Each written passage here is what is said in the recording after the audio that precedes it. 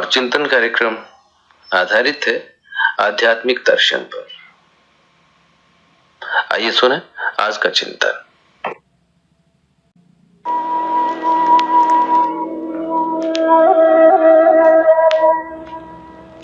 आज के युग में जिस तरफ भी नजर उठाकर देखा जाए, हर व्यक्ति दुखी ही नजर आता है।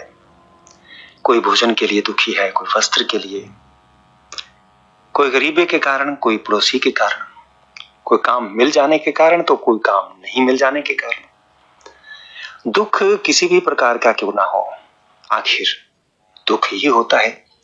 भले ही पारिवारिक हो, राजनीतिक हो, आर्थिक हो, सामाजिक हो, धार्मिक हो, किसी भी प्रकार का क्यों ना हो, दुनिया का हर व्यक्ति किसी न किसी कारण से दुखी ही है।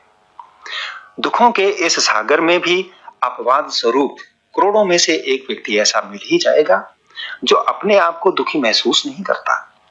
आदिकाल से अगर देखा जाए तो संत महात्मा काफी हद तक इस दुख रूपी भव सागर से अपनी नैया पार उतारने में सफल हुए हैं।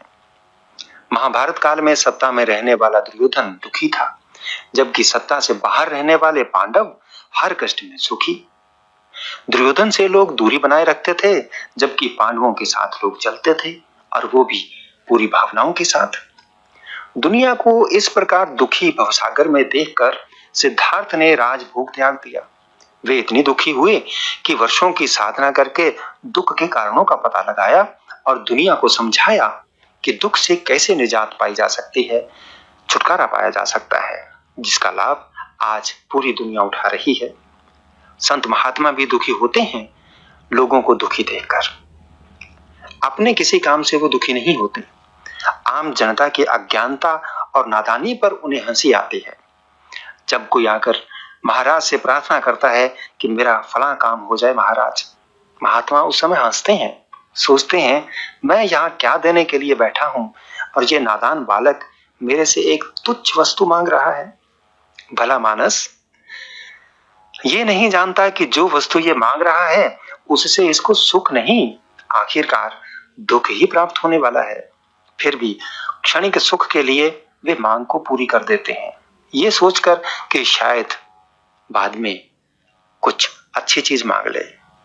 लेकिन ऐसा होता ही कहां है। एक इच्छा पूरी हुई तो दूसरी आ गई, बढ़ती रहती हैं। मानव अपनी इच्छाओं के जाल में इतना उलझता चला जाता है कि फिर उसे तोड़ पाना असंभव हो जाता है। तो क्या ये समझ लिया जाए कि दुखी रहने के सिवा और कोई रास्ता ही नहीं? सुख पाने के लिए वर्षों कोई कठोर तपस्या करनी पड़ेगी? ऐसा भी नहीं। जिसने भी तपस्या की उसने खोजा, बाहर से नहीं भीतर से तलाश किया। सब कुछ हमारे भीतर है, सुख दुख सब। लेकिन अनावश्यक इच्छाओं का हमने इतना बड़ा ढेर अपने भीतर जमा रखा है कि उसमें प्रसन्नता, खुशी सब कुछ कहीं खो सी गई है, नीचे दब सी गई है। क्या उस प्रसन्नता और खुशी को ढूंढना भी मुश्किल है? बिल्कुल नहीं। जितनी मुश्किल से वर्षों की मेहनत से आपने अपने भीतर खुशी को दफनाया है, उससे भी कम जरा सी मेहनत उस खुशी को वापस जीवन दान दे सकती है। हमने सदैव पाने की इच्छा ही पाली है, देने की नहीं। कभी आप किसी जरूरतमंद को कुछ देकर तो देखिए, महसूस कीजिए आपको कितनी खुशी मिलती है। पहले पाने की इच्छा में दुखी, फिर उसे संभालने की इच्छा में दुखी। कौन क्या साथ लाया है जिसे खोने का डर है? इस स्थूल दुनिया में हमें जो कुछ मिला है वो इस शरीर को पालने के लिए मिला है, न कि संग्रह करने के लिए। एक भोग कर चला जाता है, दूसरा भोगने आ जाता है। यही तो है सिलसिला जीवन का।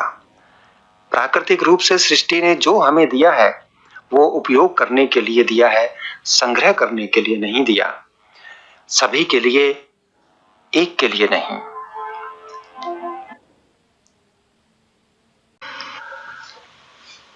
यह था आज का चिंतन कार्यक्रम। हम आकाशवाणी के कॉटन सिटी चैनल सूरतगढ़ से बोल रहे हैं मीडियम वेव 326.79 मीटर यानी 918 किलोहर्ट्ज पर।